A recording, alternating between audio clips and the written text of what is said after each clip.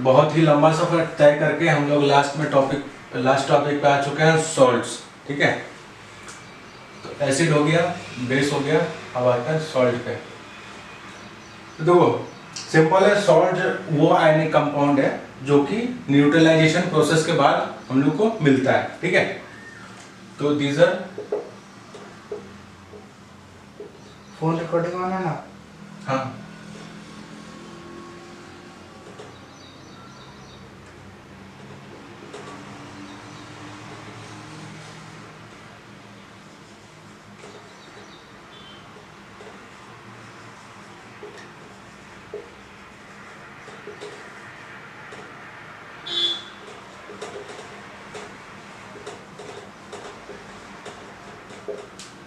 ठीक है, अब देखो इसका कैरेक्टरिस्टिक्स पे आ जाता है। ठीक है, सॉल्ट क्या होता है?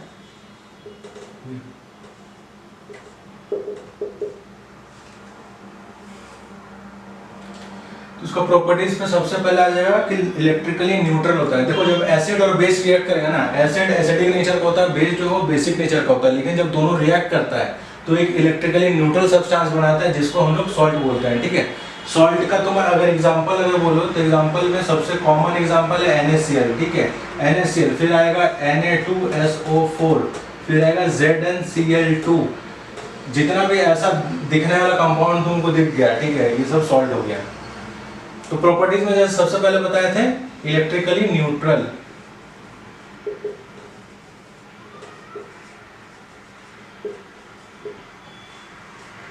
कि एक्चुअल में क्या है ये आगे बताएंगे। ठीक है, तो अगला है सॉल्युबल इन वाटर।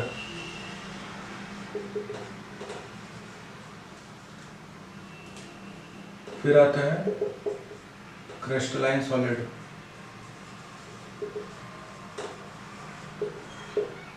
देखो ज्यादातर सॉल्ट जो होता है ना, वो ज्यादातर सॉल्ट सॉल्युबल इन वाटर होता है और ज्यादातर सॉल्ट क्रिस्टलाइन सॉलिड होता है।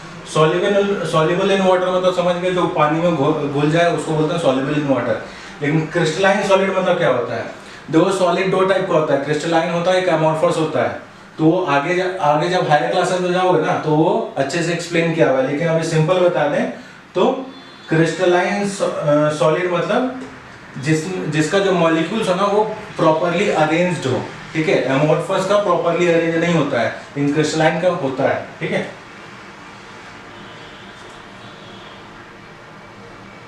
उसके बाद आ जाएगा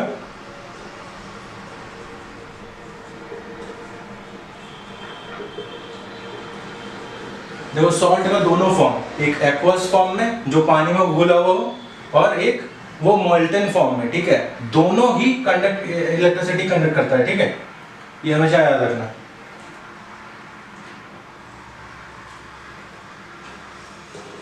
अब तुम लोग को बहुत लोगों को ये लगेगा कि सॉल्ट तो वो नमक जैसा होता है। ठीक है, वो तो सॉल्ट ही होगा, लेकिन नहीं।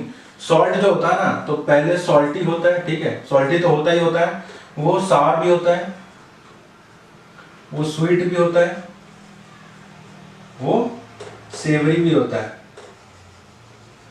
ठीक है, तो सॉल्ट सिर्फ सॉल्टी नहीं होता है, ये सब भी होता है। ठीक है, ये सब भी सॉल्ट होता है। ठीक है, देन फिर ये सब एक और आ गया जो न्यूट्रल सॉल्ट होता है ना,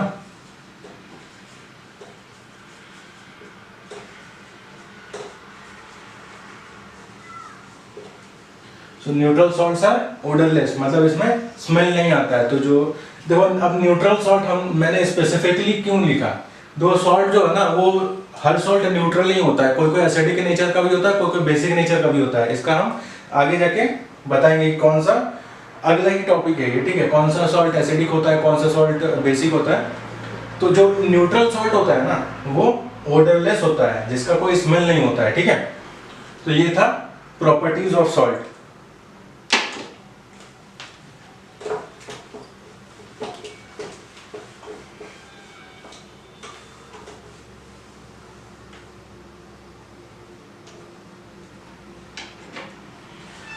अगला आएगा family of salts.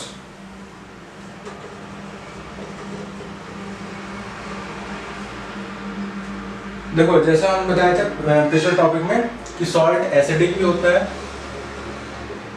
Salt basic भी होता है, सॉल्ट न्यूट्रल भी होता है।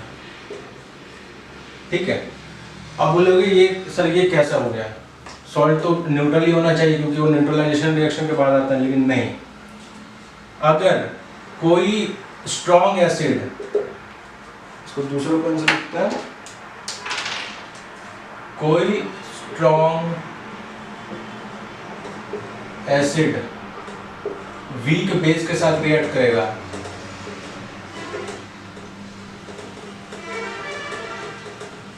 वो बनाएगा एसिडिक सॉल्ट। ठीक है, सिमिलरली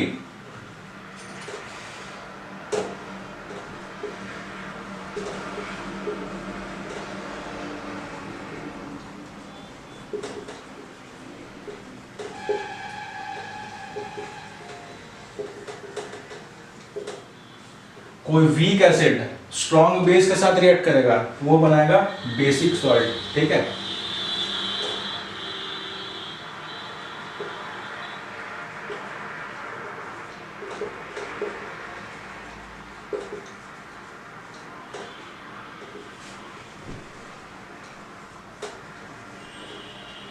अब देखो कोई अगर स्ट्रॉन्ग एसिड स्ट्रॉन्ग बेस के साथ रिएक्ट करता है तब बनाता है न्यूट्रल सॉल्ट।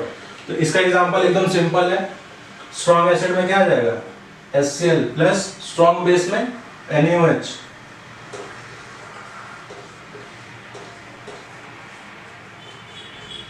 तो बनाएगा NaCl प्लस H2O। NaCl क्या है, कॉमन सॉल्ट है जो घर में यूज करते हो ना, मम्मी नमक कम है तो क्या कम है, NaCl कम है। ठीक है, प्लस वाटर। अब देखो, अब बेसिक सॉल्ट का एग्जांपल, तो वीक एसिड में क्या ले लो, वीक एसिड में ले लो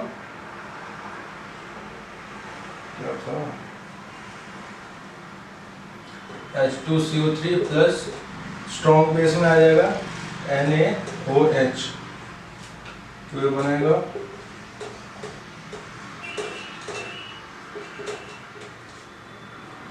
ठीक है। H2CO3 ये क्या है, ये वीक एसिड है, NaOH जो है ये स्ट्रॉन्ग बेस है, ये क्या है बेसिक सॉल्ट है। ठीक है, ये मतलब 7 से ज्यादा pH शो करेगा, क्यों, क्योंकि ये बेसिक सॉल्ट है, सॉल्ट जो है वो हल्का फुल्का बेसिक नेचर शो कर रहा है। ठीक है, plus water. Similarly strong acid में क्या आ जाएगा, स्ट्रॉन्ग एसिड और वीक बेस, तो स्ट्रॉन्ग एसिड में आ जाएगा HCl प्लस वीक बेस में आ गया NH4OH, तो ये बनाया acidic salt NH4Cl plus H2O। NH4 क्या है, अमोनियम है, ammonium hydroxide, NH4OH ammonium hydroxide, ये NH4Cl अमोनियम क्लोराइड। ठीक है, जो strong acid weak base acidic salt plus water, water हमेशा रहेगा न्यूट्रलाइजेशन रिएक्शन में। ठीक है, तो इसका जो है ये pH, इसका pH जो है ये 7 से कम रहेगा, इसका pH जो है 7 से ज्यादा रहेगा, और इसका इक्वल टू 7 रहेगा। ठीक है, तो ये था स्ट्रॉन्ग एसिड, सॉरी ये था एसिडिक सॉल्ट, बेसिक सॉल्ट और न्यूट्रल सॉल्ट। ठीक है,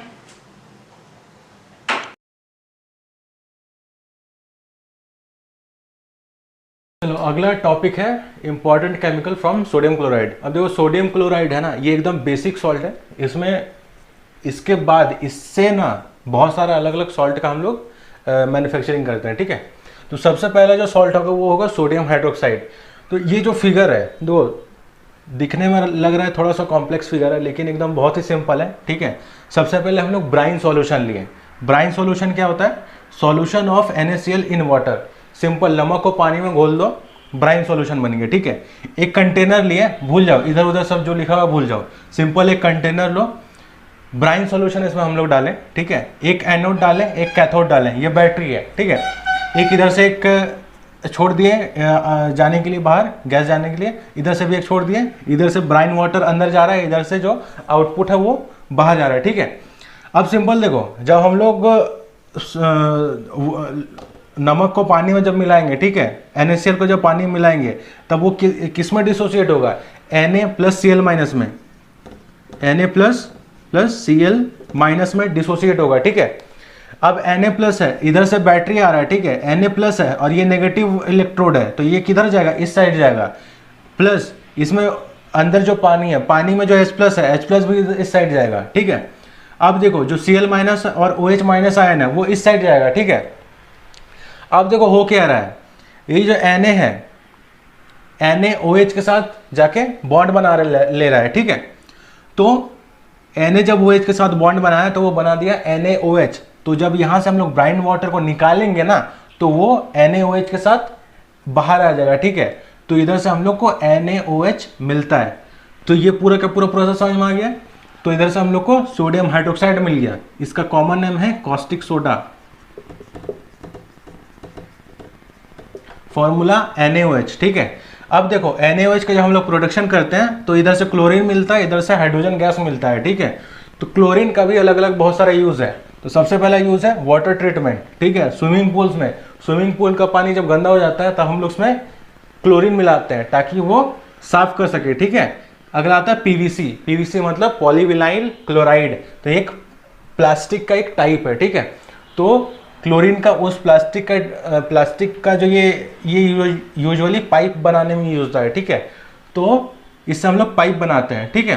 देन फिर डिसइंफेक्टेंट्स, देन फिर आता है CFC, CFC जो रेफ्रिजरेटर्स में यूज होता है, ठीक है। फिर पेस्टिसाइड, तो कीड़ा मकोड़ा मारने के लिए हम लोग क्लोरीन का यूज करते हैं, ठीक है।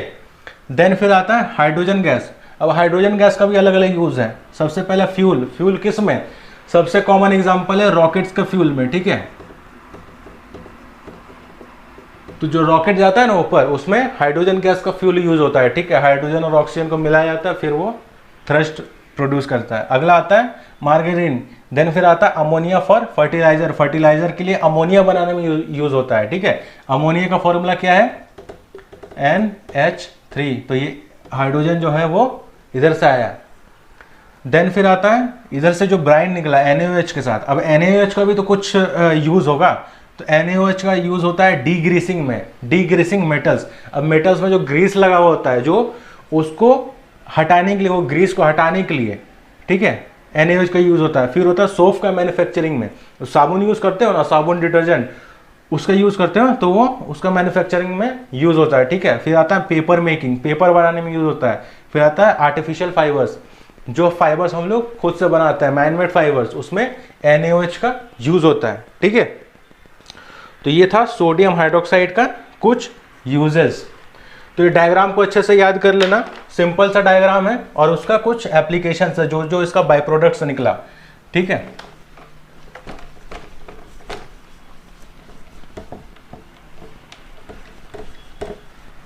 तो इसका जो रिएक्शन होगा, रिएक्शन बहुत सिंपल सा रिएक्शन है, 2NaCl प्लस 2H2O, ये बनाएगा 2NaOH plus Cl2 plus H2, ठीक है। तो जो वो उतना बड़ा डायग्राम बनाए थे उसका ये सिंपल सा रिएक्शन है। तो इस पूरे जो प्रोसेस है, पूरा जो प्रोसेस है, ठीक है, उसको बोलते हैं हम लोग क्लोर अल्कली प्रोसेस।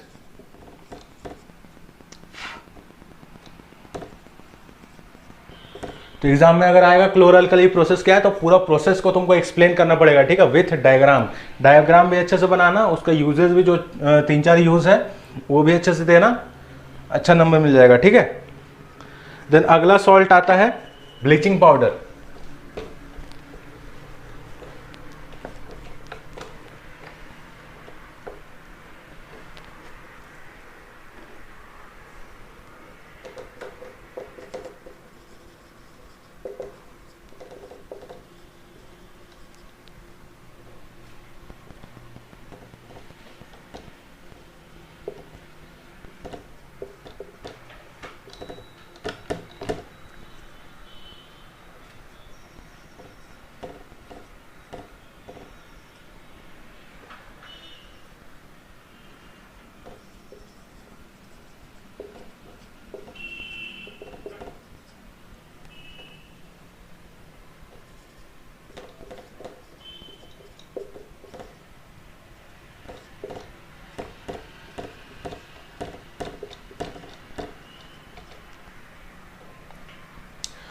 तो अब देखो ब्लीचिंग पाउडर इसको बोलते हैं क्लोराइड ऑफ लाइम, ठीक है। लाइम जैसे पहले बताया था, लाइम वो नींबू नहीं होता है, ठीक है, ये होता है कैल्शियम हाइड्रोक्साइड, स्लेट लाइम। तो इससे ब्लीचिंग पाउडर का मैन्युफैक्चरिंग होता है, ठीक है। तो स्लेट लाइम में जब क्लोरीन मिला दोगे, Cl2 मिला दोगे, तो ये क्या बनाएगा, CaOCl2, मतलब ब्लीचिंग पाउडर प्लस H2O। तो ये जो CaOCl2 ब्लीचिंग पाउडर है, ये येलो कलर का सॉलिड होता है, येलोइश वाइट कलर का सॉलिड होता है, ठीक है। तो ये जो है ये एज अ डिसइंफेक्टेंट यूज होता है।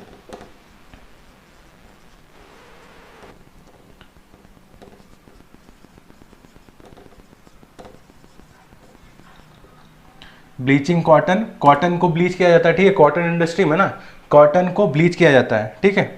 फिर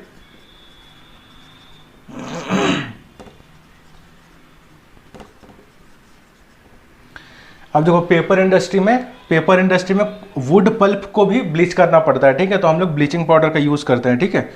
तो ये बेसिकली ये ऑक्सीडाइजिंग एजेंट का काम करता है।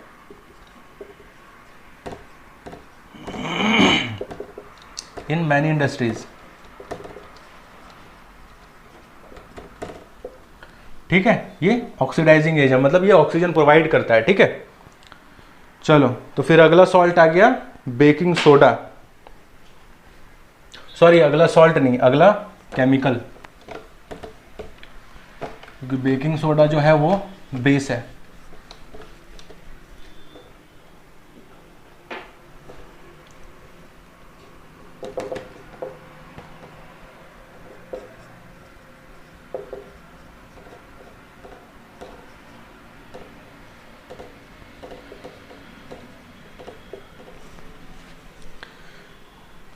ठीक है। अब देखो जो हम लोगों ने पहले पढ़ा था ना क्लोर अल्कली प्रोसेस, तो क्लोर अल्कली प्रोसेस के जो बाई प्रोडक्ट्स होते हैं उसी से हम लोग बेकिंग सोडा को मैन्युफैक्चर करते हैं, ठीक है। तो इसका जो बेसिक रिएक्शन हो जाएगा, ये होगा, देखो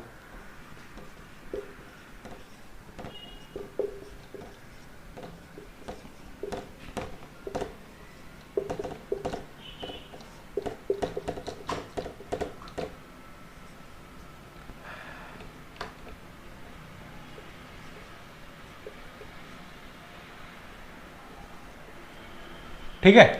तो ये कॉमन सॉल्ट है, ये वाटर है, कार्बन डाइऑक्साइड, ये अमोनिया है, ठीक है। तीनों का रिएक्शन कराएंगे तो क्या बनेगा, ammonium chloride plus NaHCO3 sodium bicarbonate, ठीक है। अब देखो इसका यूज क्या होता है,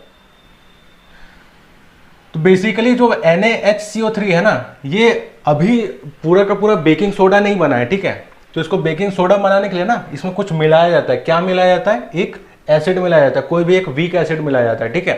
तो बेसिकली हम लोग इसको बेकिंग सोडा बनाने के लिए, NaHCO3 को बेकिंग सोडा बनाने के लिए क्या इसमें मिलाता है, हम लोग मिलाता है ये टार्ट्रिक एसिड। तो उस टार्ट्रिक एसिड से हम लोग H+ आयन मिलेगा, ठीक है। तो ये बनाएगा CO2 plus H2O plus sodium salt, ठीक है।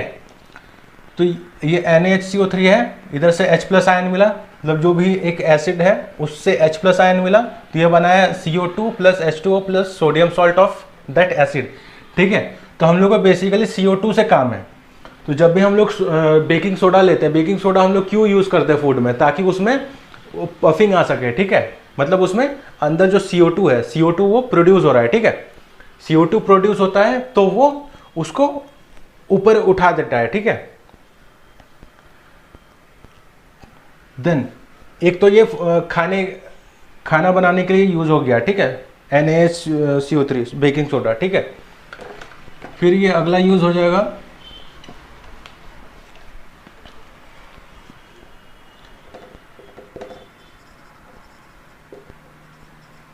इंग्रेडिएंट इन एंटासिड्स।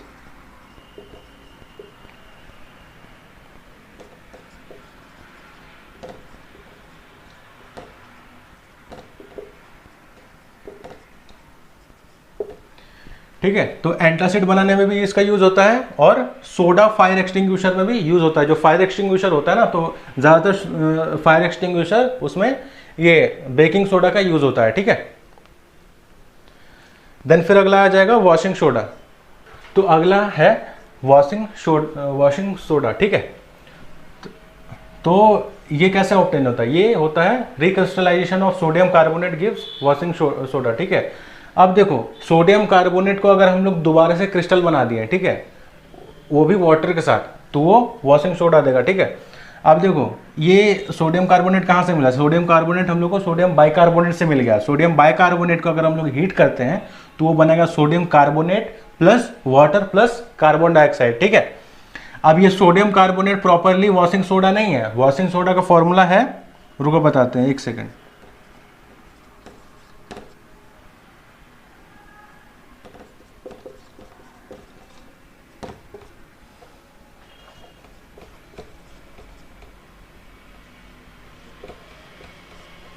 ठीक है।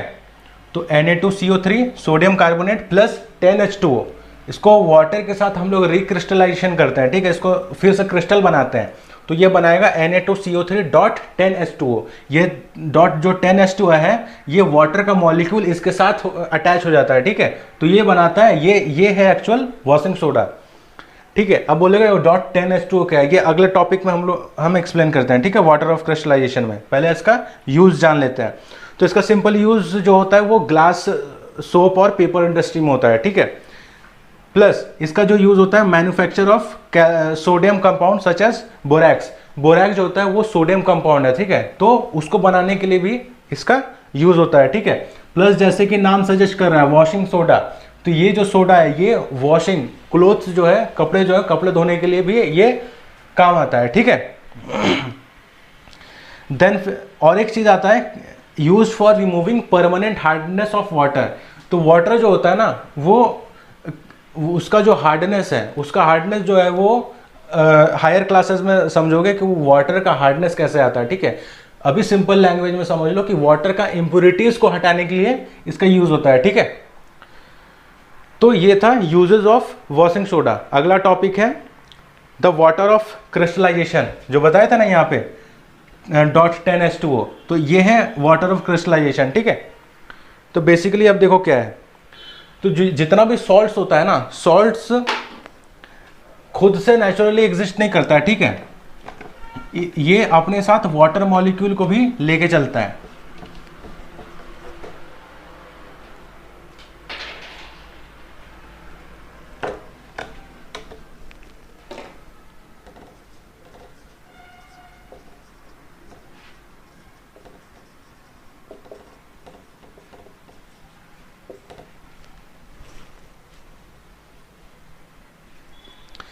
ठीक है। सो बहुत सारा ऐसा सॉल्ट होता है जो उसके साथ एक या दो वाटर मॉलिक्यूल लेके चलता है। जैसे कि लास्ट एग्जांपल में देखे थे Na2CO3 डॉट 10H2O, मतलब ये 10 वाटर का मॉलिक्यूल को साथ में कैरी करता है, ठीक है। फिर और एक एग्जांपल ले सकते हैं हम लोग, sodium sulphate pentahydrate, sorry copper sulphate pentahydrate,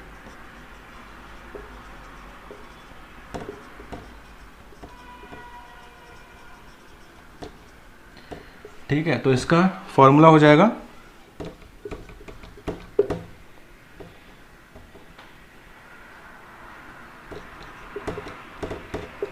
तो जो कॉपर सल्फेट होता है वो 5 वाटर मॉलिक्यूल को लेके चलता है, ठीक है। तो इसीलिए इसको बोलते हैं कॉपर सल्फेट पेंटाहाइड्रेट। तो जो भी वाटर मॉलिक्यूल के साथ होगा ना, जो भी सॉल्ट, तो उसको बोलते हैं हाइड्रेट, ठीक है। अब इसमें से सपोज करो CuSO4.5H2O को हम लोग हीट कर दिए, ठीक है, और जितना भी इसका वाटर है उसको उड़ा दिए, तो ये क्या बन जाएगा? CuSO4, ठीक है, क्योंकि वाटर यहां से चला गया। तो ये जो CuSO4 है इसको हम बोलेंगे एनहाइड्रस कॉपर सल्फेट, ठीक है, एनहाइड्रस कॉपर सल्फेट, क्योंकि इसमें वाटर मॉलिक्यूल नहीं है, मतलब इसमें पानी जो है वो उड़ गया, ठीक है। हाँ, अब देखो CuSO4.5H2 है ना, इसका कलर जो होता है वो ब्लू होगा, लेकिन जब इसको हीट कर दोगे तो इसका जो ब्लू कलर है वो डिसअपियर हो जाएगा, तो ये क्या होगा, ग्रे वाइट कलर का हो जाएगा। मतलब क्या, मतलब जो इसका जो ब्लू कलर था वो ये जो वाटर का मॉलिक्यूल है, पानी का जो ये मॉलिक्यूल है, इसके वजह से इसका कलर ब्लू था।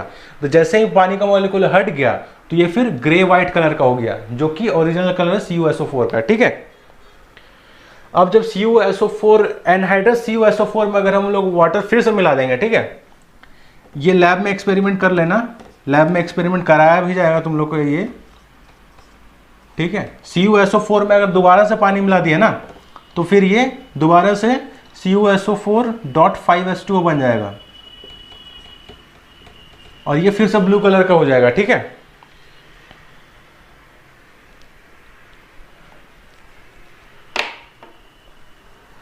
इतना क्लियर है वाटर ऑफ क्रिस्टलाइजेशन तक।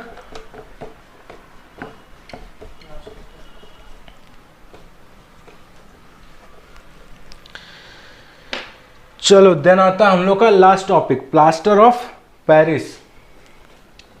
अब यहां पेरिस नहीं चले जाना है, यहीं रहना है।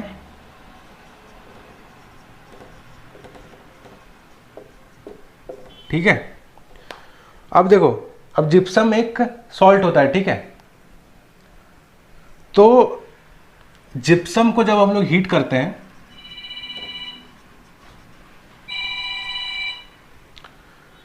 तो जिप्सम को तुम अगर हीट करोगे 373 केल्विन में तो वो बनाएगा, क्या बनाएगा, प्लास्टर ऑफ पेरिस बनाता है। ठीक है, जिप्सम एक कंपाउंड है, सिंपल इसको ऐसे याद रखना। तो ये प्लास्टर ऑफ पेरिस एक्चुअल में है क्या, प्लास्टर ऑफ पेरिस है CaSO4.12H2O। तो इसको केमिकल नेम में क्या बोलते हैं,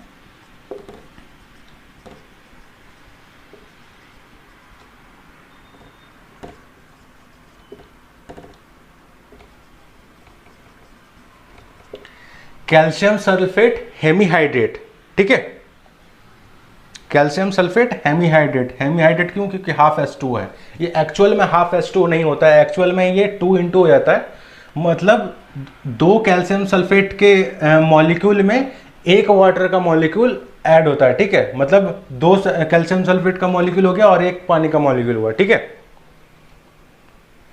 अब देखो,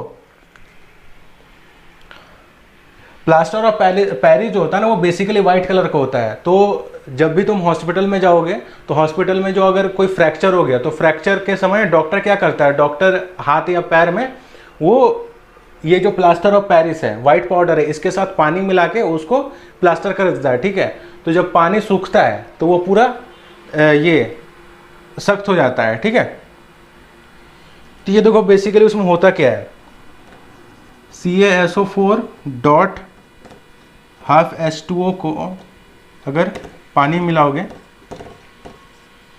तो ये बनाएगा CaSO4.2H2O।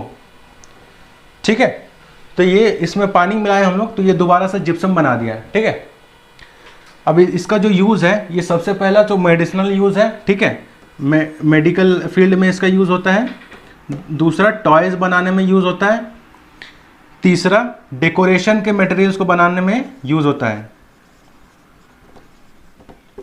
ठीक है, तो ये था प्लास्टर ऑफ पेरिस का यूजेस। तो इसी के साथ जो केमिस्ट्री का चैप्टर 2 है वो कंप्लीट होता है। Thank you so much, have a nice day.